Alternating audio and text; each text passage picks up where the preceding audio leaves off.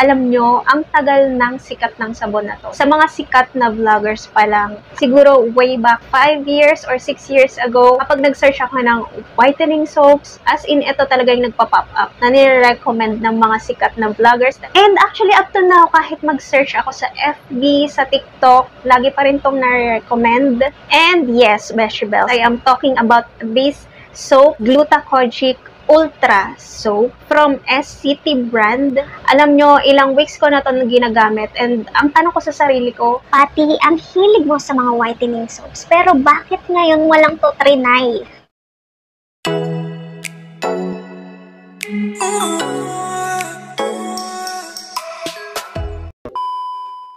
Hello, Beshi Bells! Welcome back to my channel! So, for today's video is, ayan na nga, i-share ko sa inyo yung aking honest review about SCT Gluta-Kojic Ultra Soap na ang tagal ko na talagang gustong itry ito. Kung matagal-tagal na kayo dito sa aking channel, mga Beshi Bells ko dyan, mahilig talaga ako sa mga whitening soaps. I'm a sucker of soaps, lotion, body wash, yan.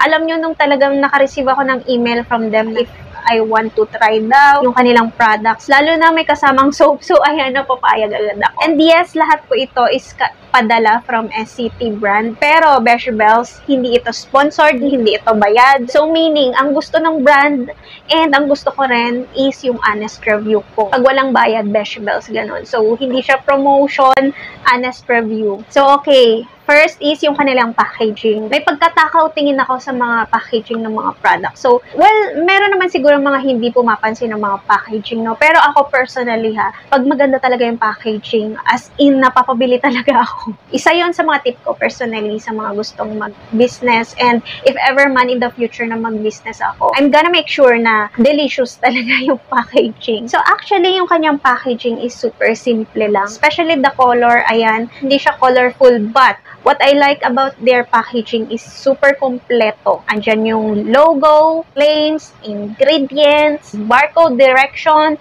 how to use, warnings, added info, manufacturing date, expiration date. So, everything, social media accounts nila, yung ganitong packaging is kompleto siya. So, yung ganito kalaki, Beshi Bells, is 135 grams for 98 pesos. And this soap is proudly made in the Philippines. Ang ganda nito kasi two-tone color yung soap niya. Gluta-Kojic. So, meaning it has glutathione and kojic acid. This soap variant has equal levels of glutathione and kojic acid extracts. So, ang nakalagay dito, naka-note dito, suitable for normal to oily skin, pero pwede din siya sa may mga sensitive skin, but kung may mga sensitive skin kayo, best na gamitin nyo to is before bedtime lang. And siguro wag nyo na rin ibabad. So, ang kanyang active ingredients, meron siyang glutathione, kojic acid, virgin coconut oil, African palm oil, tea tree oils. Beshi Bells, this is a good combination of ingredients talaga. May pampaputi, may moisturizing, may soothing,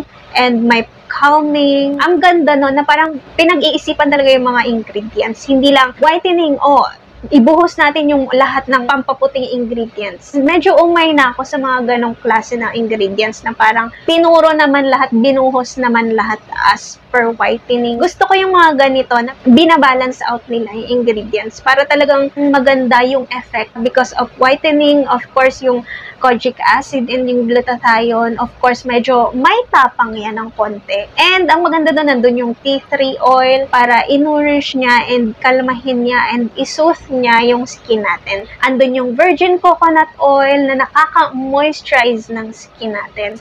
Alam ko, hindi na laging pinapansin yung how to use. Basahin nyo rin yun ha. Sabon yan, basta ikuskus mo yan sa balat mo. Hindi ganun, Beshi Bells. Basahin din natin kung ano yung mga nasa instructions so that ma-maximize natin yung full potential ng product, diba? So, wag tayong gamit ng gamit. Lalo na sa mga nag-rejuvenating set dyan. Nako, medyo sa-segue tayo sa rejuvenating set. Kasi, sobrang controversial nung nauso yung mga rejuvenating sets, diba? And kung hanggang ngayon gumagamit kayo ng mga ganon, please, basahin nyo yung product. Basahin nyo yung directions. Dahil andun din yung effect kung paano nyo siya gagamitin. Kung para nyo daw ma-maximize yung full potential nito, ibabad nyo rin siya. So, mahalaga yon na you can babad for 3 to 5 minutes. So, meron tong kasamang net vegetables. And pwede din daw siya sa face. Hindi ko ma-share sa inyo yung full potential niya sa face. Siguro mga 4 times ko lang siyang nagamit sa 1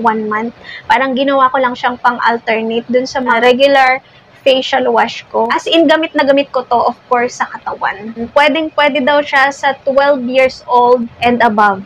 So, according sa added info nito, Beshbel, usually daw, up to 7 days, meron ka nang makikitang visible result. So, 1 month ko lang nagamit ang soap na to. Ayan. So, I have 3 soaps here. So, about my experience, actually, ang nagustuhan ko dito is hindi siya mabilis matunaw, pero bet na bet ko yung pagiging mabula niya. Gustong-gusto ko talaga sa mga soaps yung mabula. Tapos, ma-amaze ka na yung kojic acid, yung kulay niya, hindi siya lumilipat dun sa kabila, dun sa glutathione, yung color white. So, dun mo makikita na hindi nag-stain yung kojic acid, which is compared sa ibang kojic acid na nagamit ko is talagang nag-stain ha. Kasi kadalasan nakakagamit ako ng mga kojic acid na kapag nag-rub ako ng cotton sa skin ko after ko maligo, talagang makikita mo na, oh my gosh, may stain pala talaga yung kojic acid kasi may nakukuha talaga siyang color orange dun sa bulak. So, in fairness dito, sa soap ni SCP, hindi nag-stain yung kojic acid niya, which is very good. Up to 7 days, may nakita na ba akong result? Actually, wala pang 7 days, nakakita na ako ng magandang result, Beshibels. Nakakita na ako na effective talaga siya dahil nagkaroon na ako ng micro-peeling. Sa paliligo ko, gustong-gusto ko siyang ilather sa aking skin kasi talagang feeling ko, linis na linis yung skin ko, but at the same time, hindi siya super drying. Just like any other kojic acid soaps na natry ko, parang same din siya ng scent. Yung, alam mo yun, parang royal soft drinks. I super love na hindi siya mabilis matunaw. Kung i-compare mo sa ibang kojic acid na, alam mo yun, mga effective nga, pero sobrang bilis namang matunaw. So, yun yung ibang problem ko sa mga ibang kojic acid na na-try ko. So, itong si SCP, may enjoy mo siya. As in, yung 135 grams is tumatagal siya mahigit 1 week. So, just like this, ayan, ito yung last piece ko. So, actually, mahigit 1 week na to, Beshibels.